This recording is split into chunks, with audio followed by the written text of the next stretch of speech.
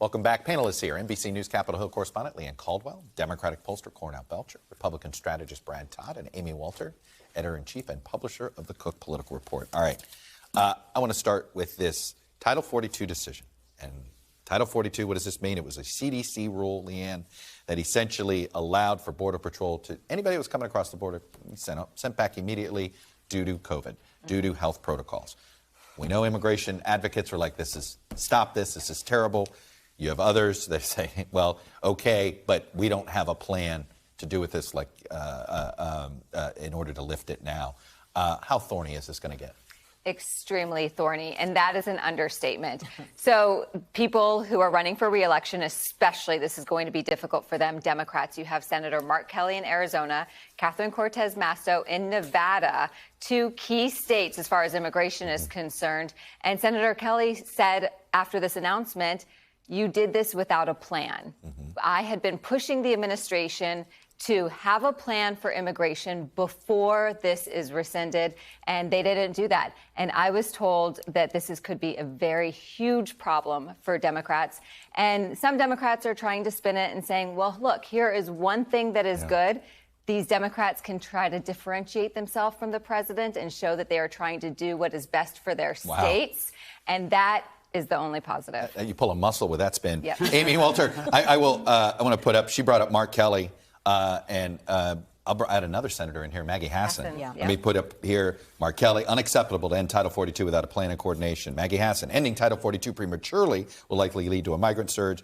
And of course, we heard from Joe Manchin, Title 42 has been an essential tool.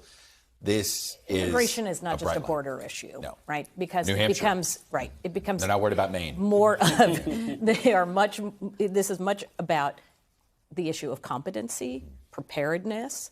You and I, well, everyone around this table, we watch a lot of campaign ads. I've been watching a lot of Republican primary ads, and it seems like immigration's in every one of those ads. So I went back and I asked the folks who cover this, but more so than ever. So at this point, this is early March, more than 30% of all Republican primary ads mentioned the border or immigration. At this point in 2018, it was 12%. It is an issue that is not just animating. Right now, it's animating the Republican base, but it becomes an issue, as I said, much more about, is the administration prepared to deal with the problems that go on their plate? And it just seems that so often with the administration thus far, it is much more about wish casting than it is preparation. Wish casting about inflation, right? It's going to be transitory. Wish casting that we're going to get Manchin, we're going to get Cinema, they're going to just come around eventually. This immigration isn't going to solve itself. The border isn't going to solve itself. Brad, we were talking about this literally, I think, an hour before the news came out.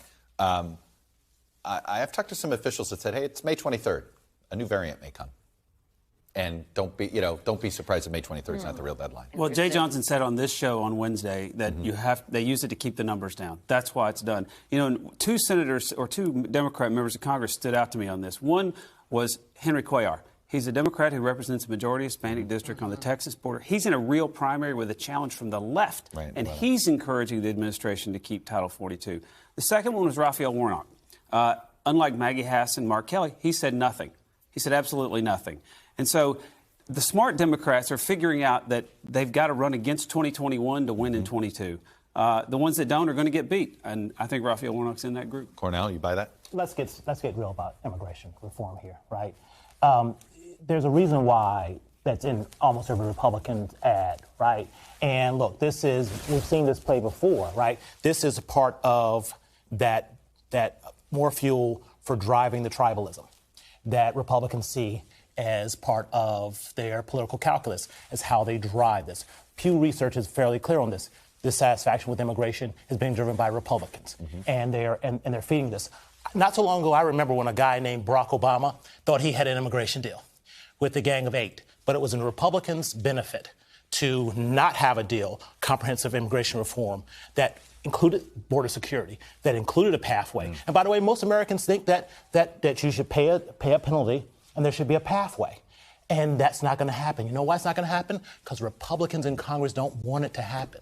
But you know what's interesting, Leanne? I had somebody very smart say to me, you take that Gang of Eight bill right now, not only are you not going to get as many Republican supporters as you got, but you won't get as many Democratic supporters either. The politics have completely changed on immigration, and that Gang of Eight bill will not pass. That's why Senator Cornyn, Senator Durbin, a couple others have been talking about immigration for the past many, many months.